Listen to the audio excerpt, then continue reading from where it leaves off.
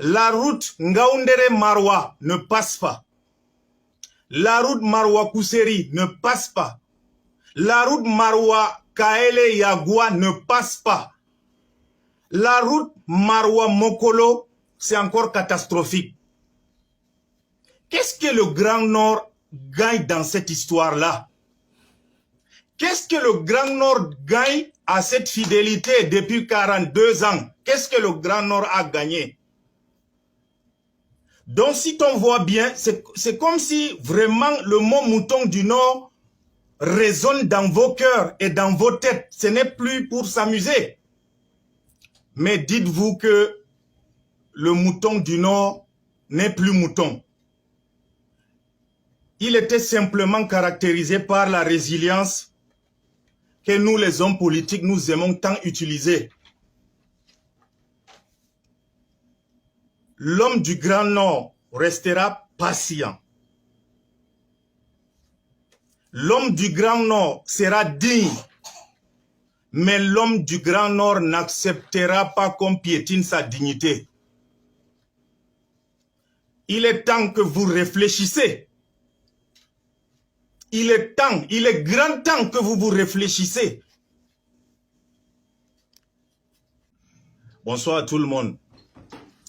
Vous savez, l'homme nordiste, de par sa nature, est très résilient. L'homme nordiste, de par son caractère, est très patient. Mais quand il s'agit de la dignité d'un homme nordiste, vraiment, la réponse ou la riposte sera vraiment de taille. Non seulement vous venez avec une tenue digne d'un film Charlot, et du coup, le déploiement du chef de l'État a été transformé en une activité touristique. Vous arrivez, vous faites un tour au pont de Yagua, vous vous déportez, vous partez à Kousseri, faire un tour au niveau du pont de Guéli, sans écouter les doléances des élus locaux. Nous considérons cela comme du mépris. Depuis très longtemps, vous nous avez traités de moutons du Nord. Nous avons digéré. Plus récemment encore, sur un plateau télé, vous nous avez traités de bétail électoral. Nous n'avons pas également répondu.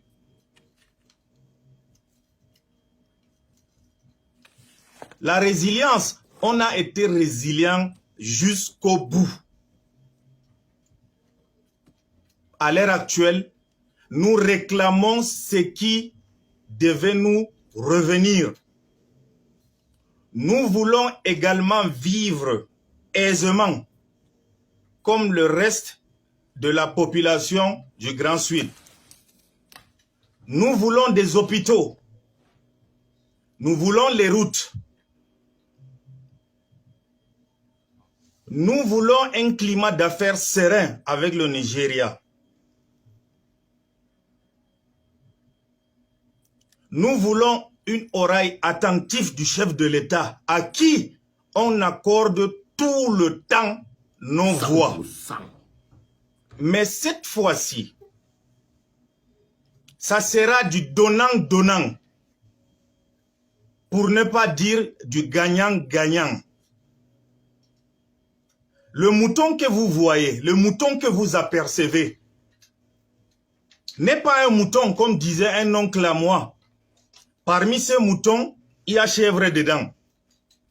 D'aucuns sont devenus des chèvres, d'autres sont devenus des lions, d'autres sont devenus des hyènes, et d'autres sont devenus des tigres et des panthères.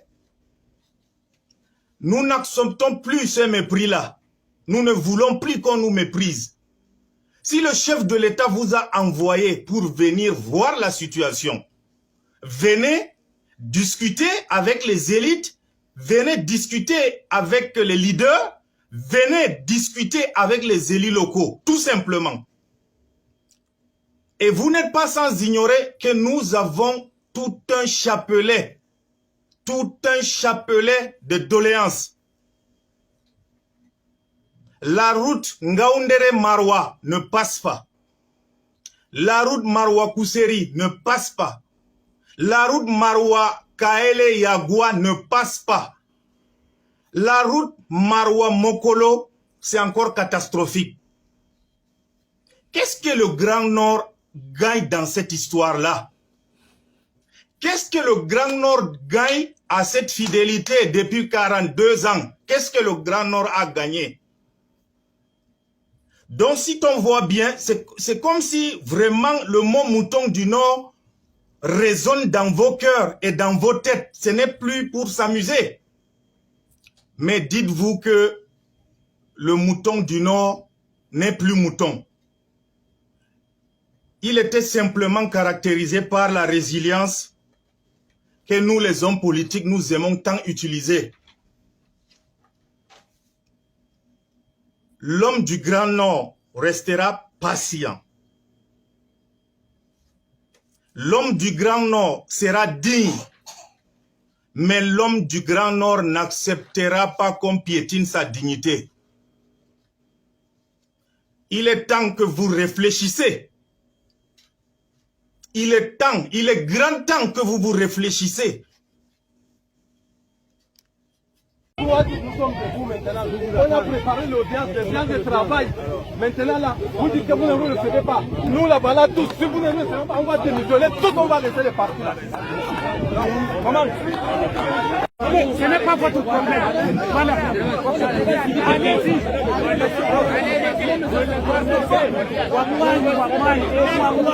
On ne peut pas les rendre. Même ils on ne peut pas les rendre. Wallahi, nous sommes des musulmans, wallahi. On ne peut pas les rendre. On ne peut pas les rendre. On ne peut pas. On ne peut pas. Ma fille, hey! Ma fille, venez ici!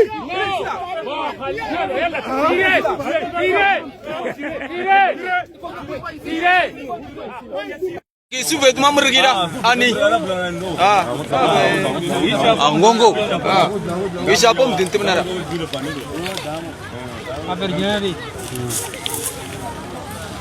dei ka menara kata kita pinggir kita semua fana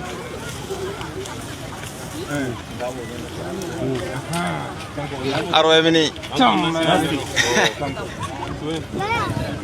atoi alo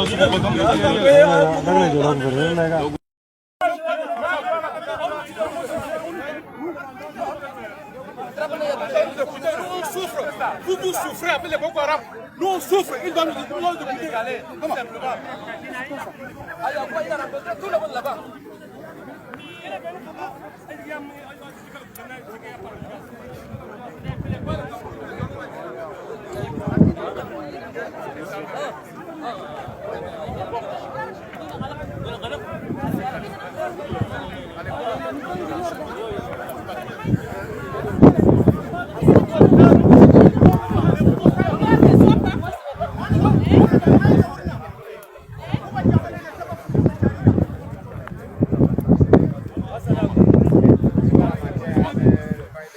Je suis en train de faire la vidéo.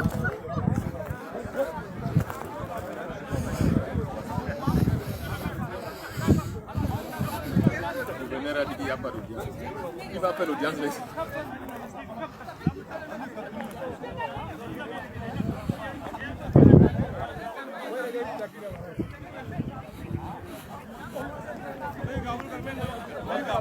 C'est pas les Camerounais.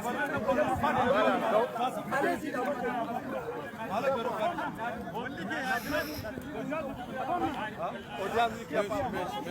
Place-toi alors. Place-toi.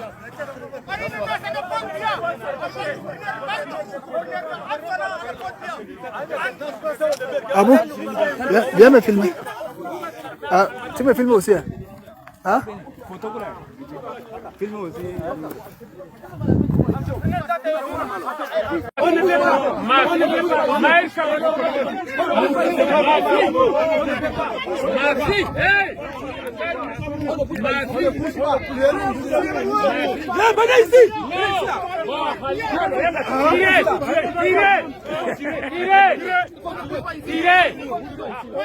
Ne dit pas qu'on a annulé, on ne quitte pas. Si Popol vient, il vient.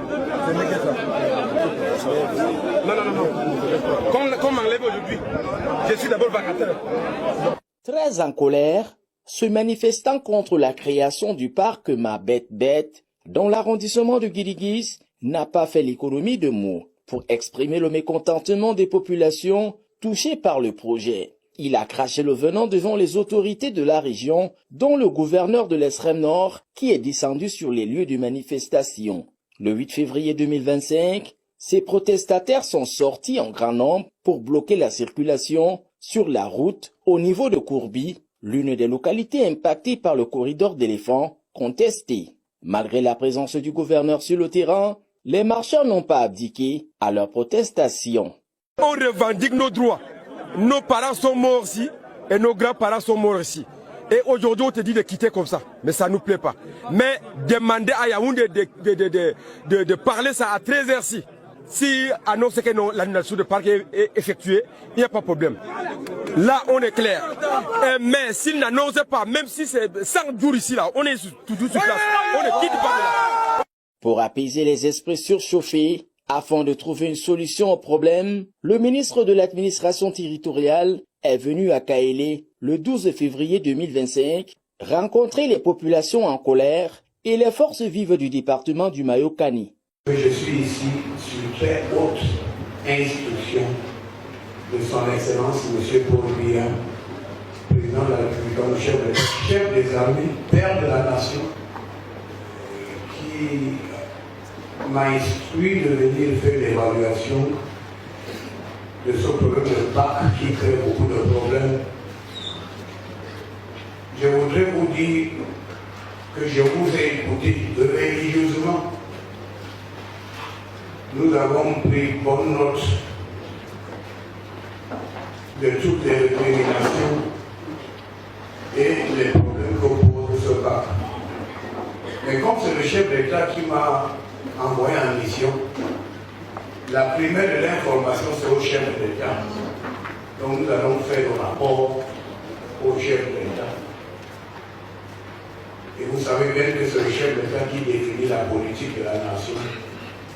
Et vous allez donc attendre les hautes directives du chef de l'État. Pour l'instant,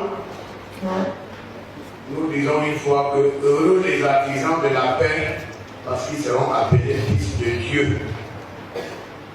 Donc, chacun de vous doit œuvrer pour la paix. Monsieur le maire, les parlementaires, je voudrais vous dire merci pour votre engagement républicain à maintenir la paix. Vous devez travailler étroitement avec les autorités administratives, monsieur le gouverneur, monsieur le préfet, les sous-préfets. Et je demande également aux chefs traditionnels qui sont les auxiliaires d'administration de nous accompagner dans notre mission d'encadrement des populations.